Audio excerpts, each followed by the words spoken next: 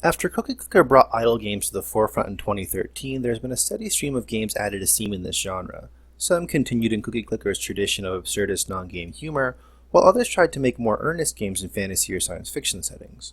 Idle Champions of the Forgotten Realms is in that latter category of earnest idle game, and also has the rare distinction of being a licensed property in the genre. In this case, Idle Champions leverages the Forgotten Realms settings of Dungeons & Dragons and allows the player to recruit characters from the books, adventures, and games published by Wizards of the Coast throughout the years. The gameplay is straightforward enough. You start with a single adventurer who automatically attacks incoming monsters. Dead monsters drop gold which you can use to buy or upgrade heroes. Kill enough monsters and you eventually advance to the next stage where you fight tougher monsters that drop more gold. Eventually you'll fight a boss monster with a massively larger health pool that drops gems in addition to gold.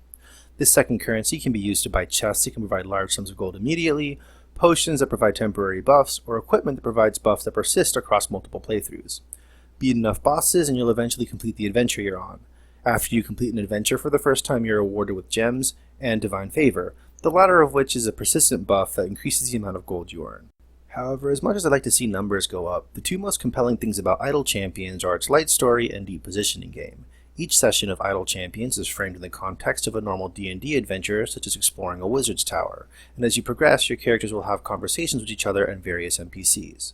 In addition to these conversations, each level of an adventure is positioned as a quest objective, such as kill X monsters or collect Y items.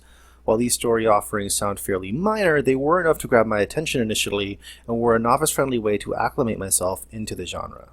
That said, what kept my interest after I finished the story content was the deep positioning system. Idle Champions provides you with a 3x3 diamond grid where you can freely position your adventurers at any time. And since certain champions will give buffs to certain party members based on their position, you're encouraged to play around with the grid to maximize your damage. On top of that, some characters care less about position than they do about party composition, so you can experiment with things like the number of humans in your party or the amount of party members with a high charisma score. This straightforward depth creates a lot of replay value, and since completing adventures increases the rate at which you collect gold, future adventures require less and less time to fully set up.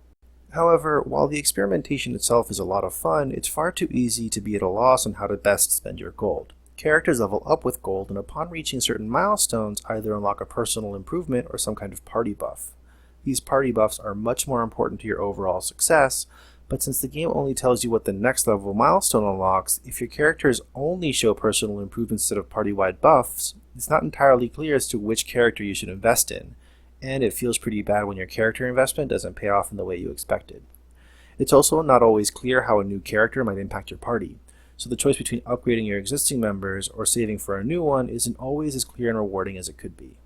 The game's use of microtransactions also feel a bit weird to me. On the one hand, I understand that a free-to-play game with continuous content updates needs some kind of monetization scheme. On the other hand, the content locked behind a paywall feels superfluous.